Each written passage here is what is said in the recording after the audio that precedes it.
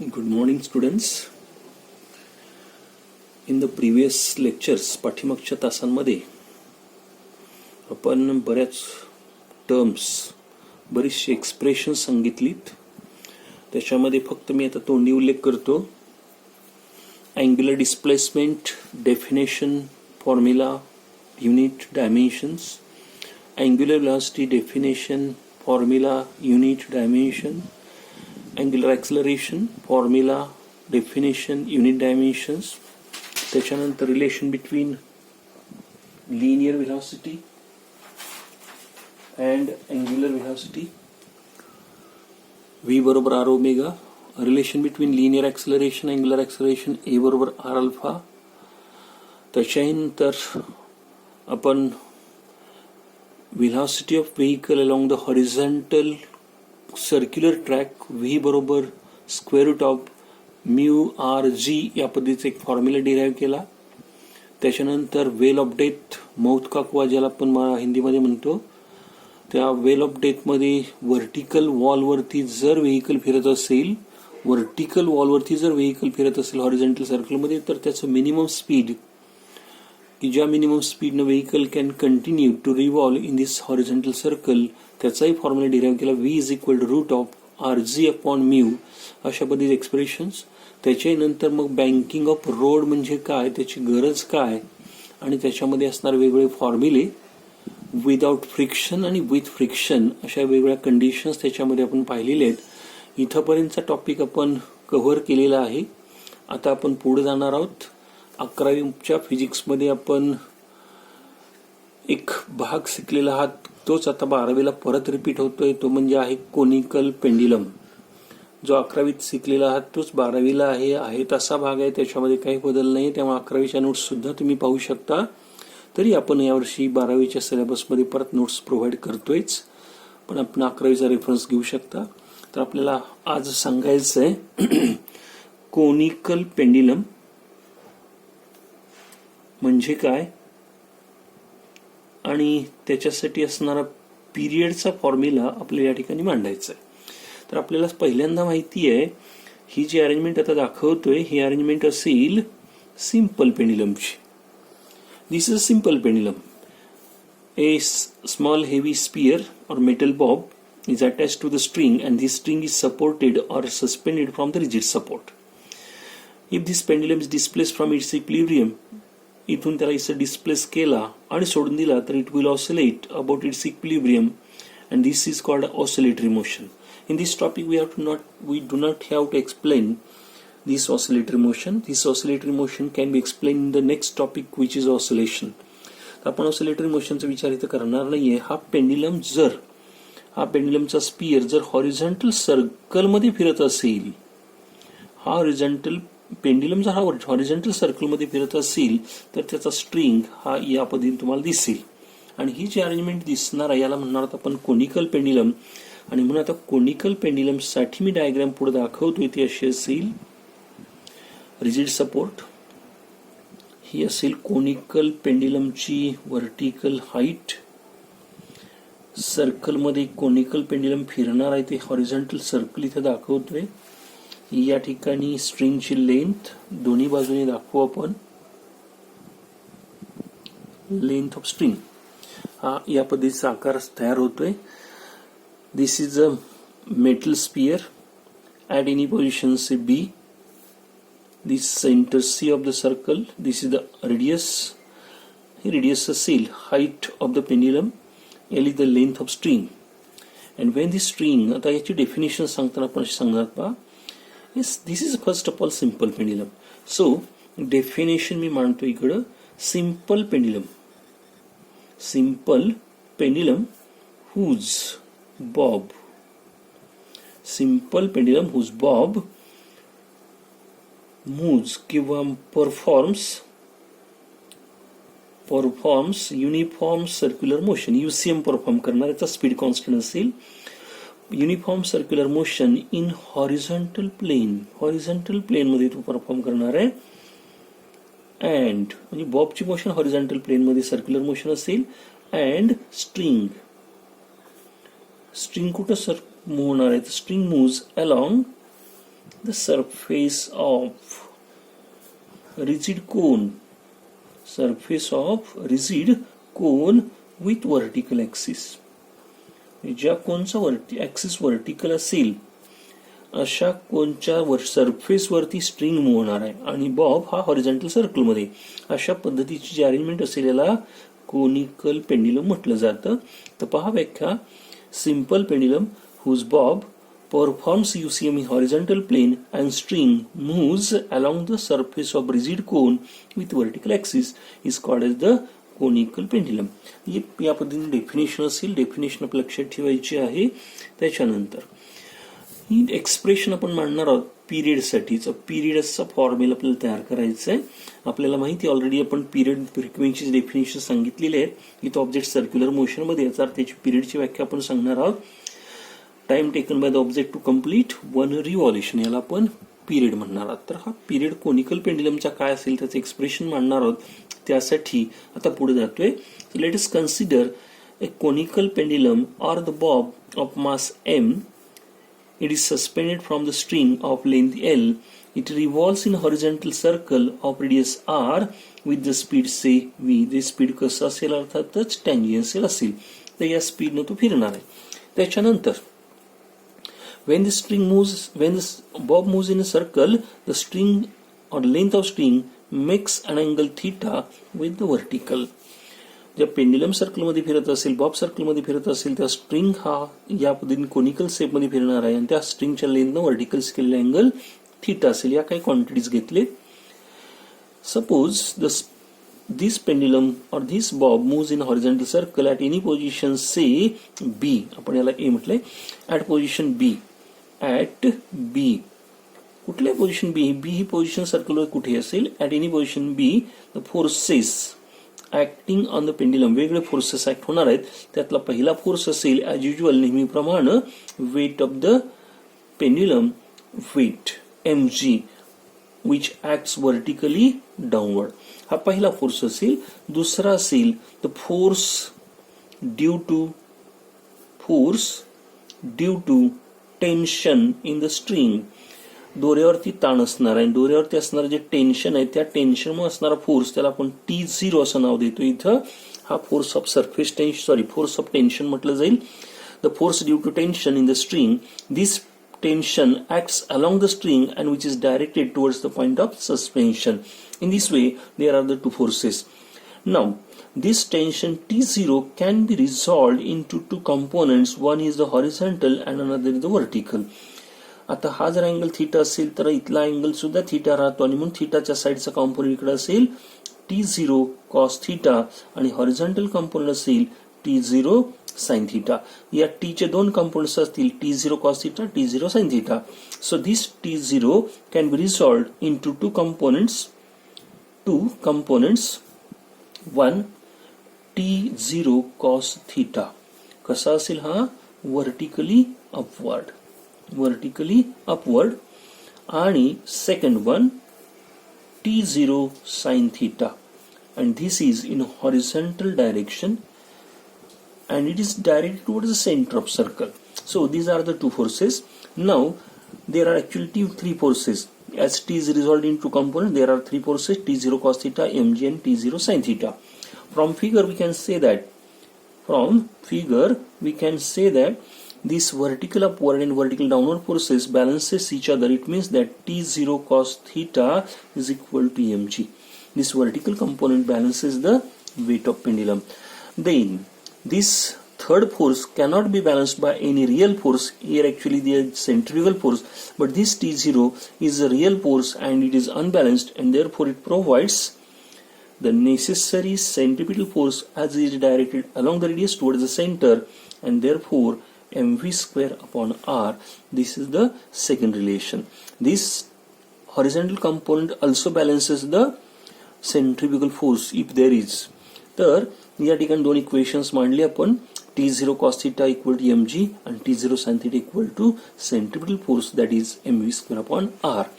centripetal force चा formula.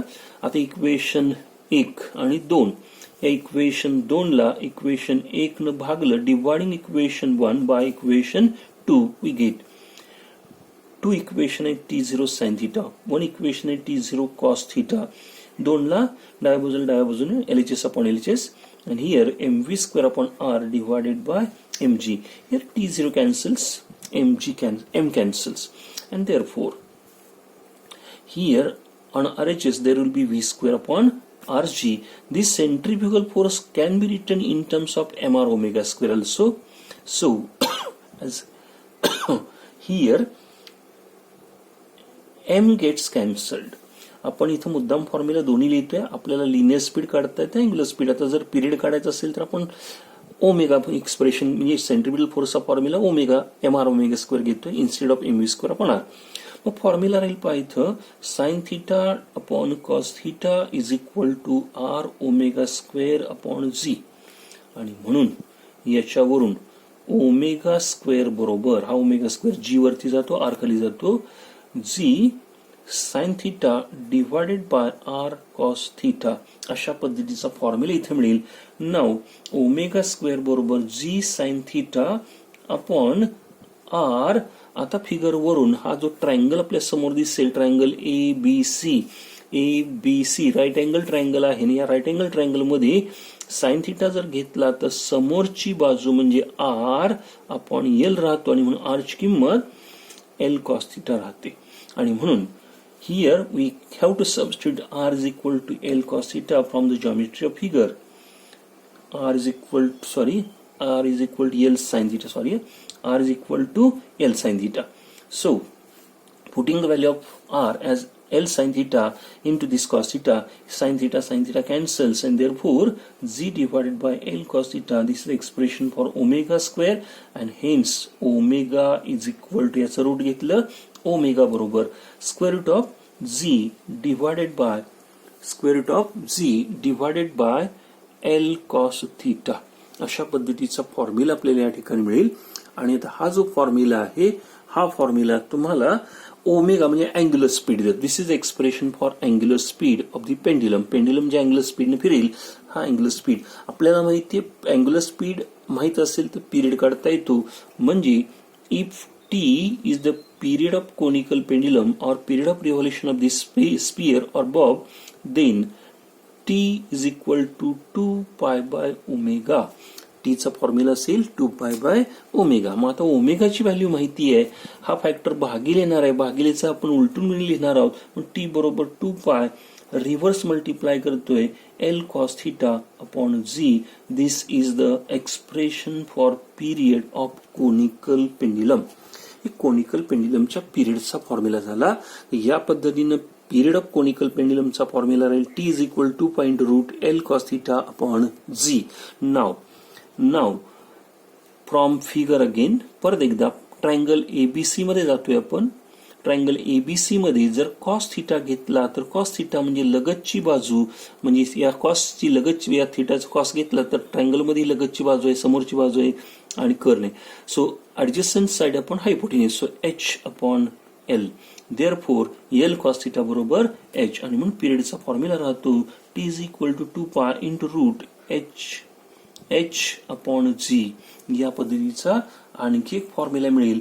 So this is another formula period of conical pendulum having vertical height h in terms of height and in terms of length. असे दोन फॉर्म्युले आहेत. इथे h ची किंमत L cos theta वरचा formula मिळेल. तर या पद्धतीनं पिरियड ऑफ कोनिकल पेंड्युलम हा दोन प्रकारे आपल्याला मिळवता येतो. आणि मग एक्सप्रेशन परीक्षेसाठी विचारलं तर 3 मार्क्ससाठी एक्सप्रेशन विचारलं जाऊ शकतं. आपण परत एकदा थोडक्यात आता परत पाहतोय. डेफिनेशन आता काही सांगत नाहीये, फक्त पिरियडचा फॉर्म्युलाचा विचार करूया.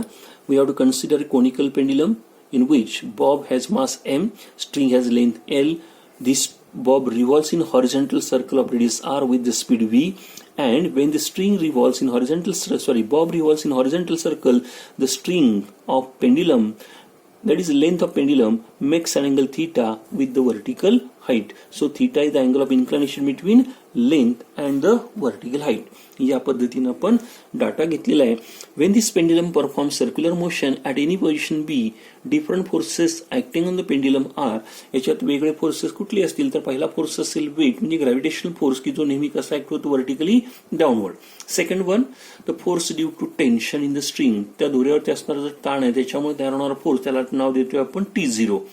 आणि हा कुठं असणार आहे तर along the string and toward the point of suspension, ज्या दिशेला पॉइंट ऑफ सस्पेन्शन त्या दिशेला हा टेन्शनचा फोर्स असेल। या पद्धतीने दोन फोर्सेस आहेत। Now this T0 can be resolved into two components. आता हा जो T0 आहे तो आपण या पद्धतीने दाखवतो, इकडे हा T0 आहे, त्याचे दोन कंपोनेंट्स असतील। आता इथं दाखवल्याप्रमाणे हा अँगल थीटा असेल, इकडचा अँगल हा जर थीटा असेल तर हा पण अँगल थीटा राहतो। मग हा जर थीटा असेल तर T0चा component T0 cos theta vertical राहील आणि दुसरा कंपोनेंट T0 sin थीटा राहतो। So this T0 can be resolved into T0 cos theta vertical upward and T0 sin theta in horizontal direction. म्हणजे हा हॉरिझॉन्टल हा व्हर्टिकल असे दोन कंपोनेंट घेतलेत। आता या फिगर मध्ये ऍक्च्युअली फोर्सेस तीन झाले पहा, T0 cos थीटा mg आणि T0 sin थीटा पैकी हे दोन फोर्सेस एकाच पाथवरती अपोजिट आहेत, व्हर्टिकल अपवर्ड व्हर्टिकली डाऊनवर्ड। याचा अर्थ आपण या फिगरवर असं लिहिणार आहात, the vertical component T0 cos theta balances the weight of conical pendulum, therefore we can write T0 cos theta equal mg। हा राहिलेला तिसरा फोर्स T0 sin थीटा हा अनबॅलन्स्ड आहे, कारण याला बॅलन्स करा, इकडे रिअल फोर्स आहे, हा इकडे असेल तो सेंट्रिफ्युगल फोर्स असेल, तो सिडो फोर्स आहे, रिअल फोर्स अनबॅलन्स्ड आहे। And this unbalanced force provides the necessary centrifugal force, कारण हा force along the radius toward centre आहे, म्हणजे हा सेंट्रिफ्युगल फोर्स। म्हणून T0 sin theta equal to mv²/r। या पद्धतीचा आपण इथं दुसरा फॉर्म्युला मांडला। दुसरा इक्वेशन पहिलं इक्वेशन दुसरं इक्वेशन, दुसऱ्या इक्वेशनला पहिलं इक्वेशन डिवाइड करतो। So dividing equation 2 by equation 1 we get T0 sin theta upon T0 cos theta mv²/r upon mg। आता इथं घेताना mv²/r घेतला, मग यातला m कॅन्सल होतो, v²/r g, पण सेंट्रिफ्युगल फोर्सचा फॉर्म्युला आपण इथं mv²/r ने घेता mr²² घेतला तर डायरेक्ट ओमेगा मिळून डायरेक्ट पिरियड काढता येतो। म्हणून थोडा बदल, mv²/r च्या जागी mr² डिवाइडेड बाय mg घेतला, m कॅन्सल होतो, इकडे राहतोय साइन अपॉन कॉस, इकडे राहतो r⍵²/g। यातून ω² एका बाजूला ठेवला तर g वरती जाईल, r खाली जाईल। सो ω² बरोबर g sin theta upon r cos theta असा फॉर्म्युला मिळतो ω²चा। पण आपल्या फिगरच्या जॉमेट्रीवरून सांगता येईल, हा राईट अँगल ट्रायंगल असेल ACB किंवा ABC, हा राईट अँगल ट्रायंगल आहे आणि या ट्रायंगल मध्ये साइन थीटा बरोबर अपोजिट साइड डिवाइडेड बाय हायपोटेन्यूज म्हणजे r/l असेल, r बरोबर l sin थीटा राहतो। मग ω² बरोबर g sin theta divided by r च्या जागी ठेवतो l sin theta into cos theta, sin theta cancel होतो, g/l cos थीटा ω² वर राहिला। मग याची डाव्या बाजूचं वर्गमूळ ओमेगा, उजव्या बाजूचं वर्गमूळ root of g/l cos theta. So omega is equal to root of g/l cos theta. This is the expression for angular speed of the bob of conical pendulum.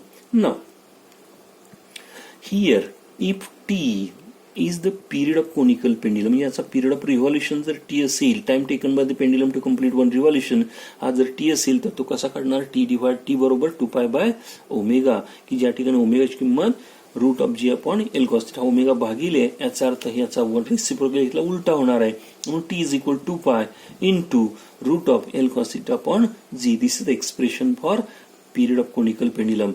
परत l cos थीटाची किंमत from triangle ABC, या थीटाचा परत cos घेतला, या थीटाचा जर cos घेतला तुम्ही तर cos थीटा बरोबर लगतची बाजू बघील करणं, ऍडजस्टंट साइड डिवाइडेड बाय हायपोटेन्यूज म्हणजे h/l बरोबर cos थीटा, म्हणून h बरोबर l cos थीटा, याचा अर्थ l cos थीटा जागी आपण h पण लिहू शकतो, म्हणून t is equal 2π into root h/g। तर या पद्धतीने पीरियड ऑफ कोनिकल पेंड्युलमचे दोन फॉर्म्युला आपण डिराइव्ह करतोय, एक असेल t is equal 2π into root l cos theta upon g, आणि दुसरा असेल t is equal 2π into root h/g। या पद्धतीने ठीक आहे। इथंपर्यंत कोनिकल पेंड्युलमचा फॉर्म्युला झाला। आता थोडंसं पुढे अजून टॉपिक आपण नेणार आहोत, त्याच्यामध्ये पुढचा भाग आहे तो असा आहे vertical circular motion. Vertical circular motion याचा अर्थ जर पेंड्युलम व्हर्टिकल सर्कल मध्ये किंवा कुठलीही बॉडी व्हर्टिकल सर्कल मध्ये फिरत असेल तर काय, मग या ठिकाणी आपलं व्हर्टिकल सर्क्युलर मोशनचा विचार करायचा आहे. आणि यासाठी आता या व्हर्टिकल सर्क्युलर मोशनचे पण दोन प्रकार आपण इथे घेणार आहोत. त्याचा पहिला प्रकार असेल व्हर्टिकल सर्क्युलर मोशन, VSM तो शॉर्टमध्ये म्हणतो, UCM नाहीये, VCM असेल. व्हर्टिकल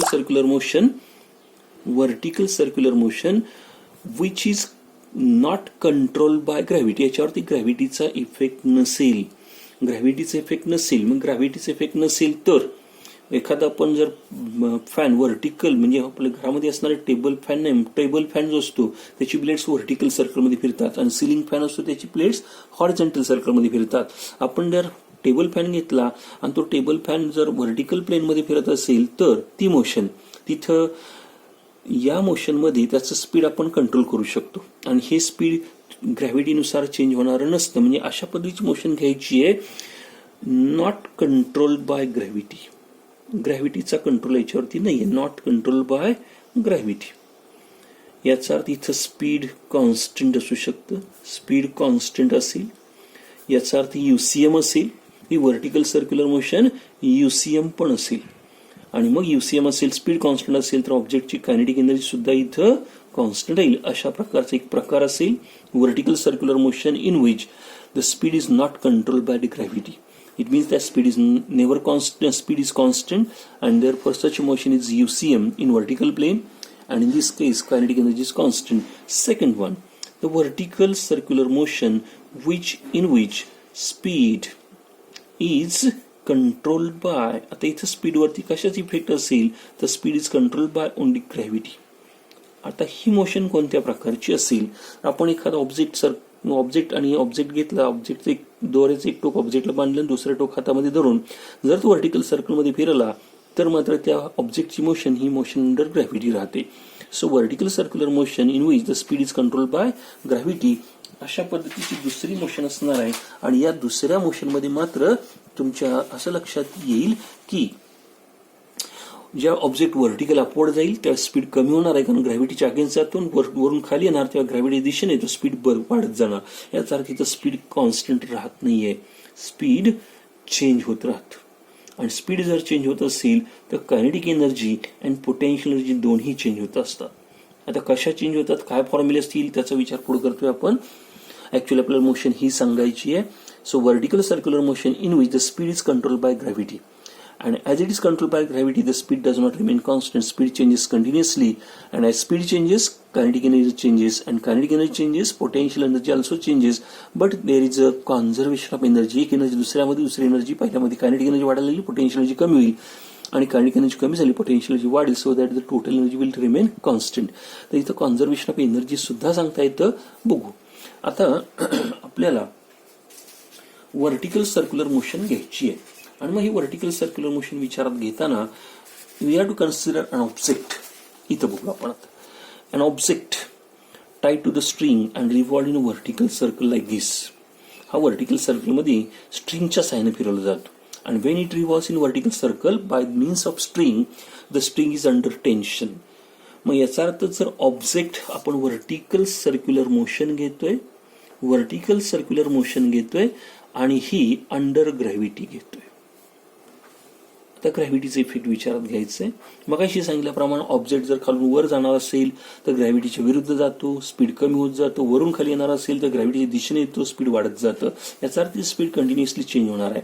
मग ऑब्जेक्ट जर स्ट्रिंगच्या साहाय्याने फिरवलं जात असेल तर हे स्ट्रिंग जे आहे हे स्ट्रिंग वरती टेन्शन असेल, आणि हे टेन्शन सुद्धा वेगवेगळ्या ठिकाणी किती असेल, याचे विलास्ट वेगवेगळ्या पॉईंट्सला काय असतील याची आपण चर्चा या आर्टिकलमध्ये करणार आहोत. We have to consider vertical circular motion under gravity. So first of all we have to consider what is the expression for velocity of object at the top. आता इथे टॉप पोझिशन ए असेल, बॉटम पोझिशन बी असेल, horizontal positions किंवा middle positions C आणि D असणार आहेत. या दोन मिडल पोझिशन्स आहेत, हॉरिझॉन्टल पोझिशन्स आहेत. ही व्हर्टिकल अपवर्ड किंवा अप्पर मोस्ट पोझिशन असेल, टॉप पोझिशन असेल, ही लोअर मोस्ट किंवा बॉटम पोझिशन असेल. मग या प्रत्येक ठिकाणी व्हेलॉसिटी आपण दाखवलेल्या आहेत. इथं आपण एरो लहान दाखवलाय तर व्हेलॉसिटी कमी असेल, इथे एरो सगळ्यात मोठा दाखवला व्हेलॉसिटी जास्त असेल. इथं मात्र दोन्ही ठिकाणी एरोची लाईन सारखी दाखवली पण डायरेक्शन वेगळी असेल. याचा अर्थ दोन्ही ठिकाणी मॅग्निट्यूड सेम असणार, डायरेक्शन टँजंट वरती असणार, अपवर्ड इकडे डाऊनवर्ड असेल. या पद्धतीने आपण डायग्राम मध्ये दाखवतोय. आता पहिल्यांदा घेणार आहोत टॉप पोझिशन. पहिल्यांदा घेणार आहोत टॉप पोझिशन. जर आपण टॉप पोझिशनला गेलात ऍट द टॉप इथं कोणकोणते फोर्सेस या ठिकाणी, हा जर इथं मेटल ऑब्जेक्ट असेल बॉब असेल व्हॉट एव्हर, हा ऑब्जेक्ट या टॉप पोझिशन असेल तर याच्यावर कोणकोणते फोर्सेस, किती फोर्सेस ऍक्ट होणार आहेत. तर पहिला फोर्स असेल वेट. टॉप पोझिशन ए या ठिकाणी पहिला फोर्स असेल weight mg acting vertically downward. दुसरा फोर्स असणार आहे फोर्स ड्यू टू टेन्शन. टेन्शनमुळे असणारा जो फोर्स असेल तो असेल TA आणि हा सुद्धा अलॉंग द स्ट्रिंग आहे आणि व्हर्टिकली डाऊनवर्ड. याचा अर्थ हे दोन्ही फोर्सेस या ठिकाणी एका दिशेला आहेत, व्हर्टिकल डाऊनवर्ड आहेत आणि म्हणून दोन्ही फोर्सेस जर एका दिशेला असतील तर दोघांची बेरीज होणार आहे आणि ही बेरीज सुद्धा व्हर्टिकली डाऊनवर्ड राहते आणि मग हे दोन्ही रिअल फोर्सेस आहेत, या दोघांची बेरीज रिअल असणार आहे, व्हर्टिकल डाऊनवर्ड असणार आहे, along the radius toward centre असणार आहे. म्हणून या फिगरवरून आपण लिहू शकता mg प्लस TA बरोबर या ठिकाणी लागणारा सेंट्रीपिटल फोर्स असेल, ज्याला आपण mva² असं नाव दिलं. मग आता आपल्या समोर असं इक्वेशन राहील पहा. The resultant of these two forces, या दोन फोर्सेसचा जो रिझल्टंट असेल, this resultant provides the centripetal force at the top position. मग या दोघांची बेरीज mg प्लस TA बरोबर लिहितोय आपण सेंट्रीपिटल फोर्स. आणि मग तुमच्या असं लक्षात येईल इथला हा TA आणि VA यात M कॉन्स्टंट आहे, G कॉन्स्टंट आहे, सर्कल रेडियस कॉन्स्टंट आहे. या सगळ्या जर व्हॅल्यू कॉन्स्टंट असेल तर this tension changes according to speed. आणि मग आपल्या लक्षात येईल हा कॉन्स्टंटच आहे. मग जर स्पीड वाढलं तर टेन्शन वाढेल, स्पीड कमी झालं तर टेन्शन कमी होणार आहे. आणि मग ज्या ठिकाणी टेन्शन,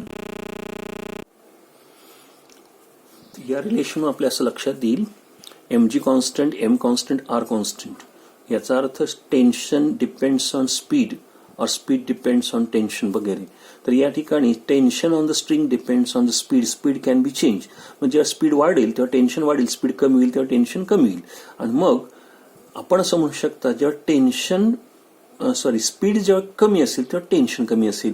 आणि मग स्ट्रिंग ऑब्जेक्ट जर सर्कलवरती फिरत असताना स्पीड जर कमी असेल, एकदम स्पीड जर कमी असेल तर object cannot reach the circle, it will fall down. म्हणजे तुमची सर्क्युलर मोशन कम्प्लीट होणार नाहीये. मग आपल्या स्पीड असं पण घ्यायचं, मिनिमम पॉसिबल स्पीड घ्यायचं आहे so that the object can complete the circle. आणि यावेळेला जेव्हा ऑब्जेक्टचं स्पीड एकदम कमी असेल सर्क्युलर मोशनसाठी तेव्हा टेन्शन किती राहतं 0. So for the minimum possible speed tension will be 0. आणि मग या इक्वेशन मध्ये mg प्लस टेन्शनची व्हॅल्यू 0 ठेवली तर हा जो वेलॉसिटीचा फॉर्म्युला आहे यातला वेलॉसिटीची व्हॅल्यू मिनिमम असेल. आणि म्हणून mg plus 0 is equal to mv² upon r and therefore va² equal to rg. आणि मग va minimum, that is minimum velocity at the position, ची व्हॅल्यू असेल √rg. So minimum velocity at the top position of the object is असेल √rg. तर हे असेल minimum speed at the top.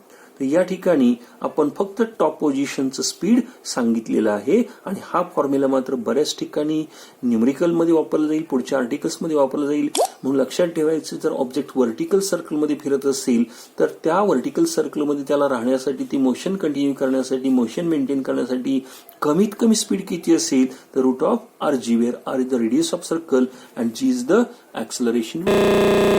तो इथून पुढचा भाग पुढच्या तासाला सांगितला जाईल. मग त्यात बॉटम पोझिशन असेल, मिडल पोझिशन असेल आणि काय वेगळ्या टेन्शनच्या व्हॅल्यूज असतील याची आपण चर्चा पुढच्या तासाला करणार आहोत.